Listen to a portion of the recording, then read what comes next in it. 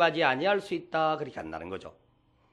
인구 10만 이하인 시군 지역들이 거의 대다수가 농어촌 지역이라고 말씀드렸잖아요.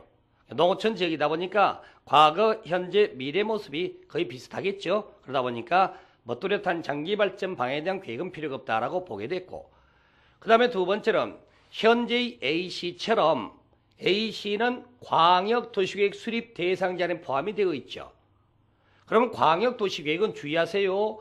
광역계획권 전체의 방향입니다.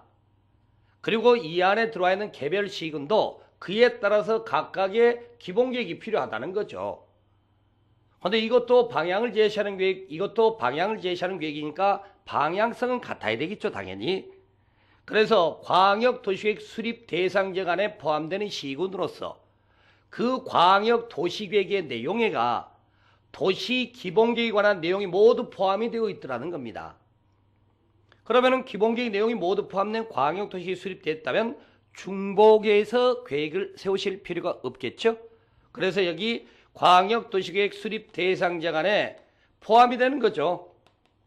포함이 되어 있는 시군이라면 수립하지 아니할 수 있다라는 예외가 있다더라. 그렇게 해서 예외 규정도 이제 우리 시험에 이제 묻기 때문에 말씀을 드렸고, 그럼 이 과정에 누가 이 도시기본계획을 수립할 거냐? 관할구역 안에서 수립하는 계획이라고 말씀드렸죠.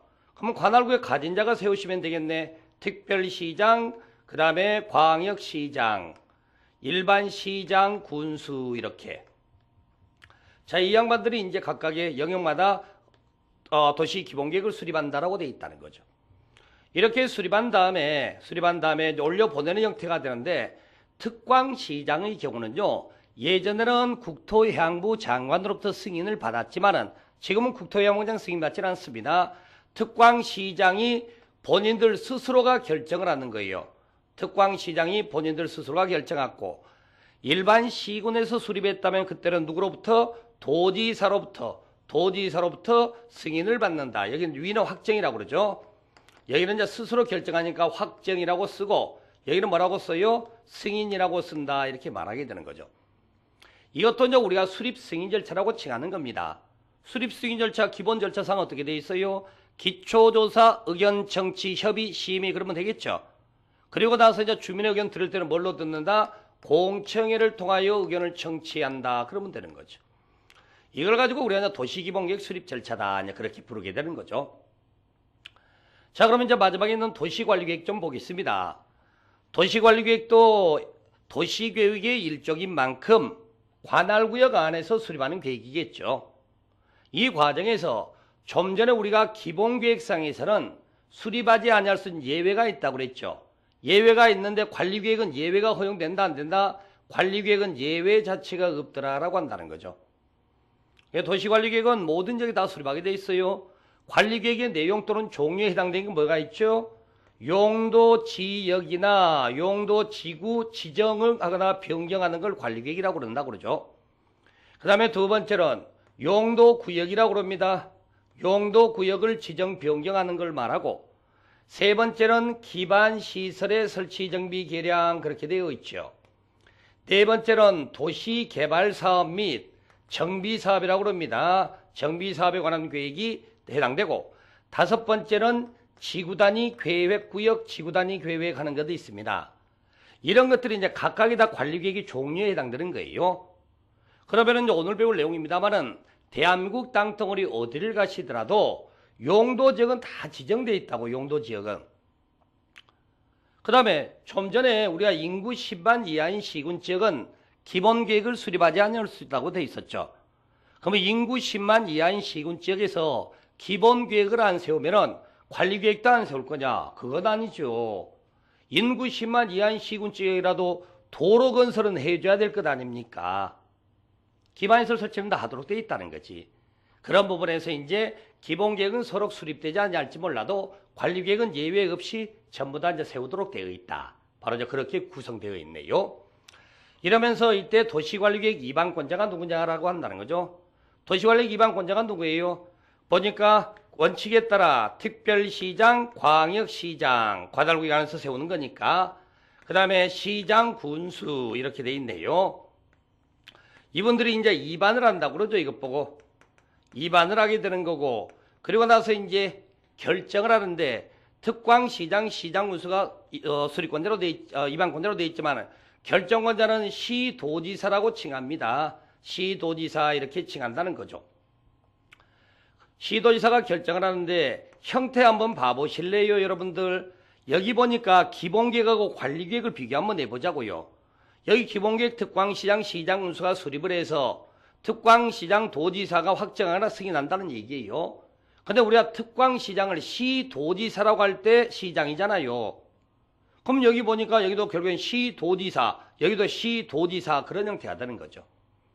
그래가 이제 도시계획에 관해서만큼은 중앙정부가 끼어들 필요가 없다는 거야. 국토해양부 장관이 끼어들 필요 없이 기본적으로 그 영역 안에서 시도의 영역 안에서 이루어지는 형태다라고 이해를 하시는 게 좋아요. 이렇게 돼서 우리가 입안 결정 절차라고 칭하는데 입안 결정 절차 칠판 왼쪽의 절차 다시 한번 봅시다. 뭐라고 되어 있는지 기초조사 의견 청취 협의 심의 그렇게 되어 있죠. 다만 관리계획은 구속력이 있는 입안 결정 절차니까 주민의 의견을 뭘로 들으면 된다? 열람을 통해서 듣는다 그렇게 표현한다는 거죠. 그래서 위에는 우리가 뒤에 광역도시나 도시기본계획과 달리 주민의 의견 듣는 방식이 뭘로 가면 된다는 거죠? 열람을 통하여 의견을 듣는다 그렇게 되어 있다는 거죠. 이런 형태로서 이제 세 가지 행정계획 수립의 이제 기본 형식이 여러분들이 이제 들은 바대로 이렇게 정리가 되셔야 된다는 얘기죠. 자, 차이 나는 것을 한두 개 설명을 좀 드릴게요. 자, 광역도시계획 수립 주체가 누구냐라고 했었을 때 광역도시계획 수립 주체 지정된 영역에 따라서 권한을 행사하게끔 되어 있죠. 그러면 시군 간에 걸쳐서 지정됐다면 시장 군수가, 시도 간에 걸쳐 지정되면 시도지사가, 좀 더 넓은 범위는 국토해양부 장관이 이렇게 돼 있죠. 이걸 달리 표현할게요. 누가 지정하냐고 모든 행정기관장이 전부 다 지정하네요. 그래가 시험에서 우리가 이제 시험을 가지고 얘기를 해야 되니까 시험에서 이거 한번 생각해 봅시다. 누가 지정한다고 나온다, 누가 수립한다고 나온들 다 맞네. 이 사람 나와도 맞고, 이 사람이 나와도 맞고, 이 사람이 나와도 맞고. 그러니까 거기서 수립 주체가 누구냐는 물어보는 포인트가 아니라는 얘기죠. 이게 나올 수는 있지만. 또 하나 더 보실래요? 도시관리계획의 경우에 특광시장, 시장군수가 입안하는 걸 원칙으로 하면서 이게 이제 원칙이에요, 실은. 이게 원칙이고 예외적으로는 필요하다면 도지사나 국토해양부 장관도 입안할 수 있습니다. 이건 집행계획에 해당되는 부분이기 때문에. 그러면 누구나 다 입안하는 게 돼버리죠. 입안하는 게. 그러면은 이때 결정권자로서 시도지사죠. 틀을 그대로 맞추세요. 특광시장은 시도지사 시장이죠. 본인이 결정권을 가지고 있기 때문에 그냥 본인이 결정하면 돼. 시장 군수는 기초자치단체장으로 누구한테 도장받게 돼 있고 도지사에게. 경우에 따라 이제 도지사가 입안했더라도 도지사도 시도지사에 포함되어 있죠. 본인이 결정권을 가지고 있다고. 그러면 특광시장이나 도지사의 경우는 입안한다 하더라도 본인들이 알아서 결정하면 되는 거예요. 그럼 여기 남아있는 국토해양부 장관 봅시다.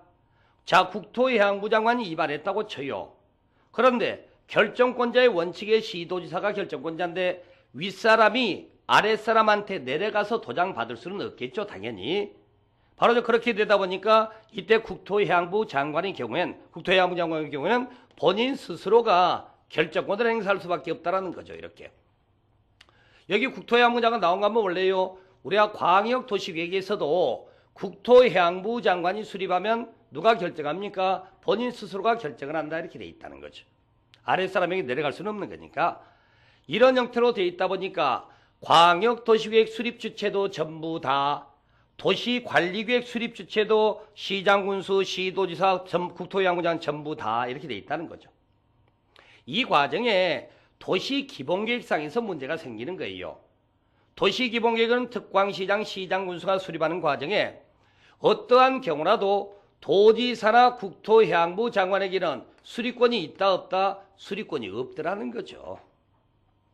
그래서 이제 물어보는 포인트가 여기 있으니까 이걸 여러분들이 좀 주의해서 보시라는 얘기예요. 그래서 일개 지자체의 장기 발전 방향을 상급 기관장이 정할 수는 없는 거죠. 주민들이 이제 직접 정하는 형태가 돼야 되기 때문에.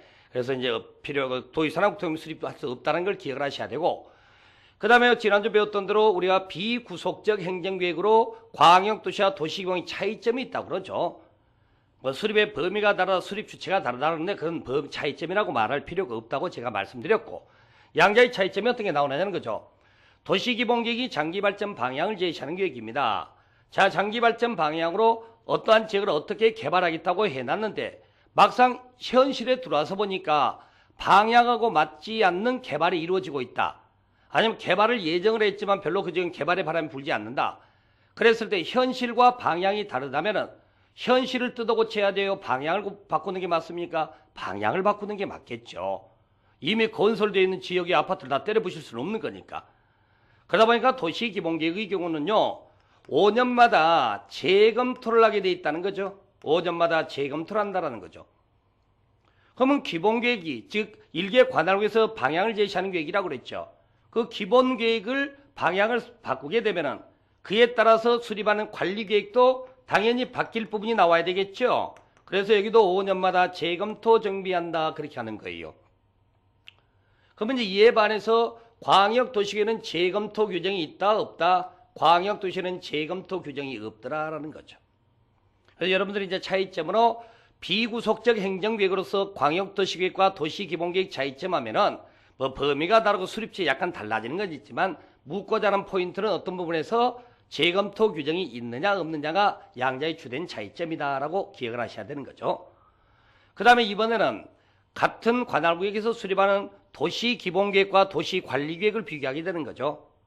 도시기본계획, 도시관리계획 보니까 관할구역의 범위가 같네요. 특광시군. 그렇죠? 그 과정에서 이제 수립주체도 특광시장군수가 원칙이고 뭐 시도지사가 원칙적으로 결정을 하는 형태.